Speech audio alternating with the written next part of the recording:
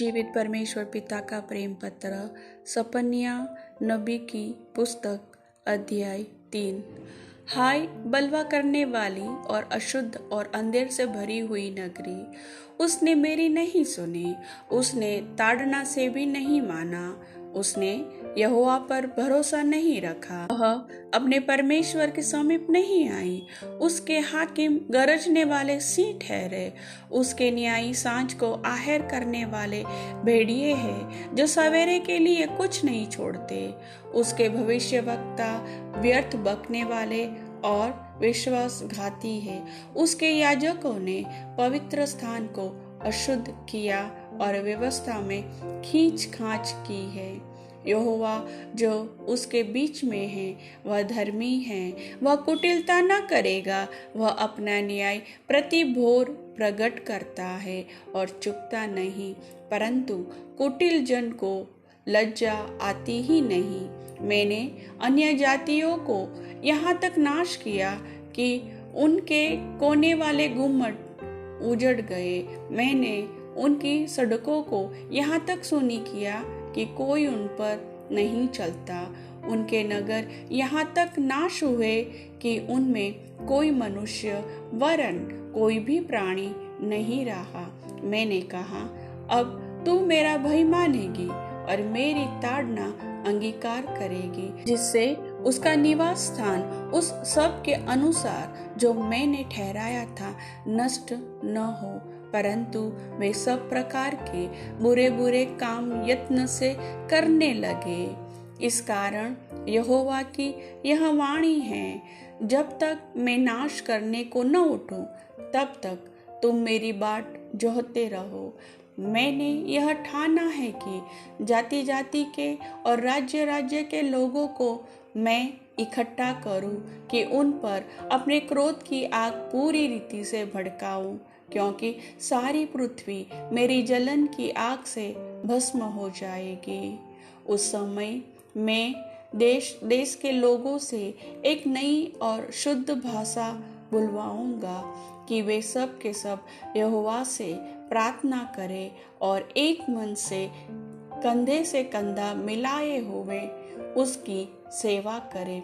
कुश के नदी के पार से मुझसे विनती करने वाले, यहाँ तक कि मेरी तितर बितर की हुई प्रजा मेरे पास भेंट लेकर आएगी।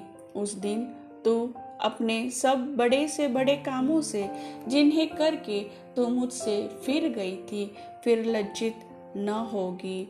उस समय मैं तेरे बीच से उन्हें दूर करूंगा जो अपने अहंकार में आनंद करते हैं, और तू मेरे पवित्र पर्वत पर फिर कभी अभिमान न करेगी, क्योंकि मैं तेरे बीच में दीन और कंगाल लोगों का एक दल बचा रखूंगा और वे यहोवा के नाम की शरण लेंगे। इज़राइल के बचे हुए लोग न तो कुटिलता करेंगे और न झूठ बोलेंगे और न उनके मुंह से छल की बातें निकलेगी। वे चरेंगे और विश्राम करेंगे और कोई उनको डराने वाला न होगा। हे सियोन की बेटी, ऊंचे स्वर से गा। हे इज़राइल, जय जयकार कर। हे यरूशलेम, अपने संपूर्ण मन से आनंद कर और प्रसन्न हो। यहोवा ने तेरा दंड दूर कर दिया और तेरे शत्रुओं को दूर कर दिया है। इज़राइल का राजा यहोवा तेरे बीच में है, इसलिए तू फिर विपत्ति न भोगेगी। उस दिन यरूशलेम से यह कहा जाएगा, हे सियोन मत डर, तेरे हाथ ढीले न पड़ने पाए।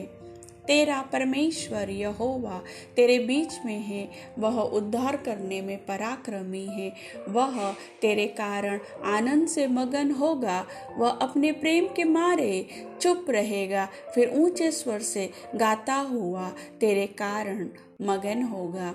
जो लोग नियत पर्वों में सम्मिलित न होने के कारण खेदित रहते हैं, उनको मैं इकट्ठा करूंगा, क्योंकि वे तेरे हैं और उसकी नाम धराई उनको बोझ जान पड़ती है।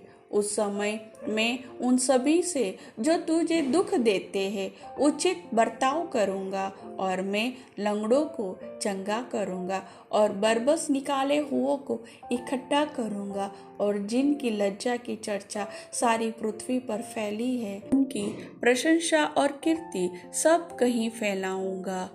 उसी समय मैं तुम्हें ले जाऊंगा और उसी समय मैं तुम्हें इकट्ठा करूंगा, और जब मैं तुम्हारे सामने तुम्हारी समृद्धि को लौटा लाऊंगा, तब पृथ्वी की सारी जातियों के बीच में तुम्हारी कीर्ति और प्रशंसा फैला दूंगा। यहोवा का यही वचन है। वचन के सुनने वाले सभी भाई बहनों को वचन का आशीष परमेश्वर पिता दे। आमीन।